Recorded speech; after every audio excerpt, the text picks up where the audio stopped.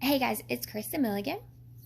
And when I think about what my mind has changed about because I follow Jesus, my honest answer is everything. Is that everything in my mind has changed because I follow Jesus. I feel like I can sum it up though with love, with my definition of love, with the way that I love others. In 1 John 3:18, John tells us that our love should not be words and talk. That's no longer going to be okay. That our love must be true love. And we should show that love by what we do. That the way that I love others is a direct reflection to others of God's love. So, is it? I have to ask myself that. Is my love for others showing God's love? Do people around me see the love of Christ? Or do they see anger and frustration and negativity and bitterness? Because that's not a very compelling life for Christ.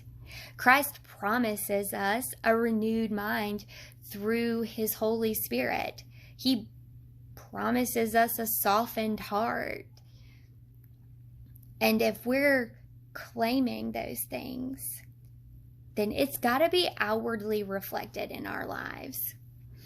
2 Corinthians 3:3 is one of my all-time favorite verses. And it's such a banner over our lives. Because what Paul is saying in that verse is that our lives are a letter that anyone can read just by looking at you.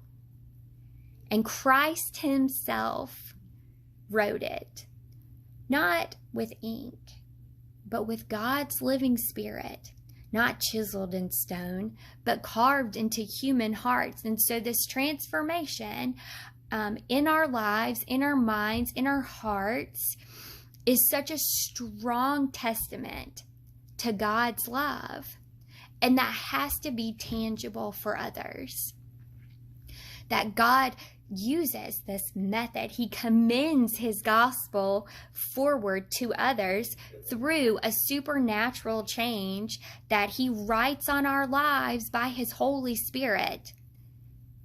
That is so powerful. And so if you're looking at 1 John 3:18 and you're looking at 2 Corinthians 3:3, then I think it's time to ask yourself, do people around you see the love of Christ in the way you interact with them? Do they? Is the love of Christ tangibly changing the way that we interact with others?